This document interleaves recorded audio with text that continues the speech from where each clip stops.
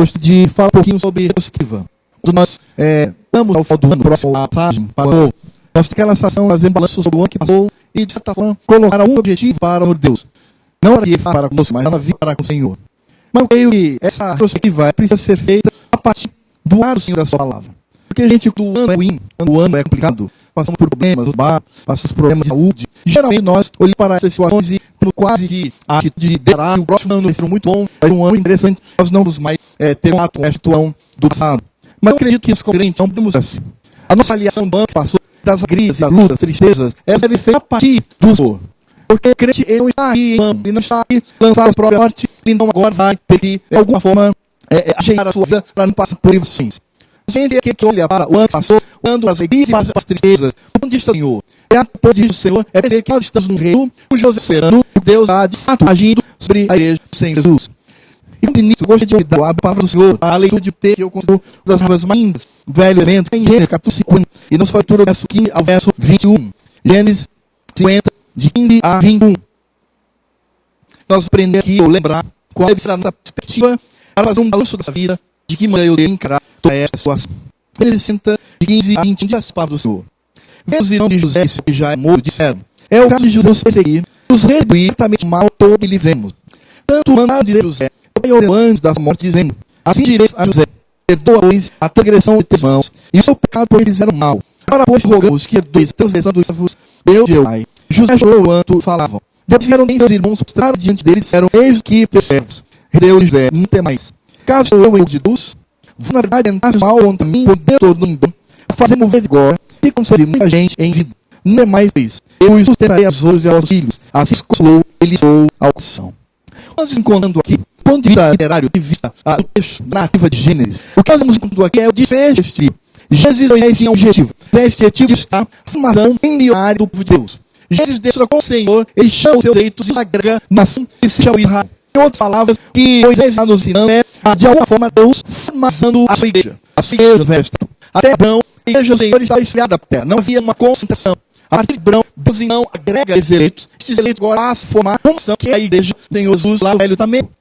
E quando será assim, o Senhor sanciona promessas a Abraão, dizendo que iria preservar esse povo. Este povo iria crescer. E este povo iria atingir o objetivo do Senhor. Por isso, absolutamente nada velho está vendo. Nada Deus frustrado meu plano. Nada frustrou. Mesmo quando houve o dilúvio. Mesmo quando Abraão lutou com seu sobrinho Ló. Mesmo quando Esaú travaram entre irmãos. Mesmo assim, Deus não foi frustrado na sua atuação. E o que não acontece aqui é exatamente o desfecho da história. Essa viva, nós vamos ver, talvez não está encerrando apenas esse ciclo de José Egito, mas esse texto ele está falando de encerramento de Gênesis. Prepara o povo para passar a conhecer a lei do Senhor, pois por isso nós vimos esta fala de José, e quando olhamos para todos esses testemunhos, Deus está falando muito para além do que ele serve. Deus está falando para a sua igreja. Deus está falando para o seu povo. E dentro desse texto, nós podemos fazer esse pergunta: qual é o significado das ofensas, das lutas e das vitórias, da lei da vida crente? Como lidar encarar essa situação? Irmãos, nós vemos hoje na sociedade que a sociedade honesta significa que os homens e mulheres eles procuram pena a beleza física. Isso não é à toa que uma das raízes da sociedade que cresce são os últimos e as clicas de destruir as plásticas. Cresce porque nós vivemos uma sociedade que quer zelar as pessoas aparentes físicas. Nós somos uma sociedade normalmente comida, uma sociedade que consome. Aliás, nós somos vivos disso. Nós vivemos num sistema chamado capitalista. O sistema que é assim, ele induz a comer porque só sobrevive a partir do consumo e então consumimos. Nós temos uma sociedade que é privado, aquilo que nego, aquilo que apenas envolve minhas condições, isso não importa e ninguém deve interferir na minha vida. Hoje, nós vivemos hoje uma sociedade individualista. Nós vivemos hoje uma sociedade que as pessoas passam por isto quando há sofrimento, por isto quando há problemas. Muitos crentes ficam tontos, eles não sabem o pensar o que fazer, porque olham para o seu sofrimento, eles olham para a sua atuação, eles vão pensar aquilo passando, eles não conseguem aumentar esta visão e olhar que ele está inserido nele, olhar que está diante de um Deus soberano. Olhar, Senhor, ele tem um projeto muito claro na vida desse gente. O projeto esse não individual, é um projeto que deve alcançar todo o reino do Senhor. E é isso que nós encontramos aqui. Nós perdemos lá essa passagem, pequena passagem para uma das mais significativas, exatamente esse. Porque se não olhar aqui, os perseguidos está diante dos irmãos, conhecemos a história.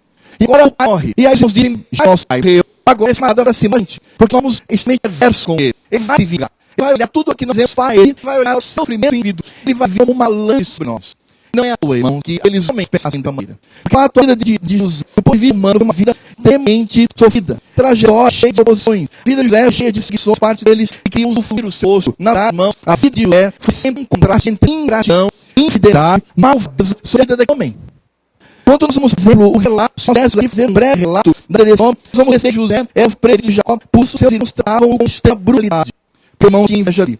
E nós temos Gênesis 7:4. Nós bem percebemos o Senhor ceder revelações a ele através dos sonhos, e isso sentiu os seus irmãos, e mesmo indicação seu pai, esse sobre melhor, Deus seu, ele tem corrido da sua família ódio e indignação.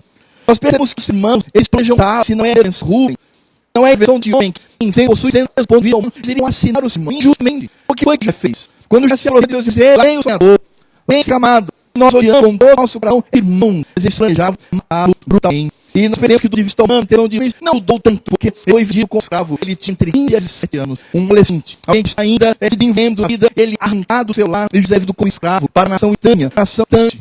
E nós vivemos a perversidade sobre a vida desse servo do Senhor. Se ele sente, não tem nada diante do Senhor. A palavra de Deus, esse Penato mora aqui para cá, ele é adolescente.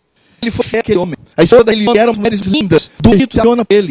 Ama, ação, e o dos, ele, fidelidade, adolescente, 17 anos, ele foge da mulher fidelidade. E o que ele recebe com relação a isso? Ele recebe prisão, ele preso. Ele foi fiel ao Senhor, ele foi fiel ao patrão, ele foi fiel a cá, paga que recebe, e para a masmorra, para um sofrimento, isolamento, José não se submete a isso. E a prisão ele torna um país. Ele começa agora a desvendar os sonhos, e agora que a presença do céu dele ali faz herenda. E é interessante que aos 30 anos de idade, ele foi com 17 para a prisão. Aos 30 anos de idade, aí sim ele é retirado, e se torna bunda autoridade naquele ar. Se José fizer a retrospectiva da sua vida, ele seria o homem mais amargurado de hoje. Porque ele pode dizer, não foi justo o que eu passei. Porque eu não sou homem leal, eu sou homem em oração, sou homem pegado ao Senhor, sou homem fiel, sou propriedade nas suas atitudes, honesto, tem que glorificar o Senhor. Não é justo que eu passei, tendo a incrível dos meus irmãos, vendido, ao lado do caminho justo, e tendo essa maior parte da minha vida, porque a expectativa de naquela época, não muito grande,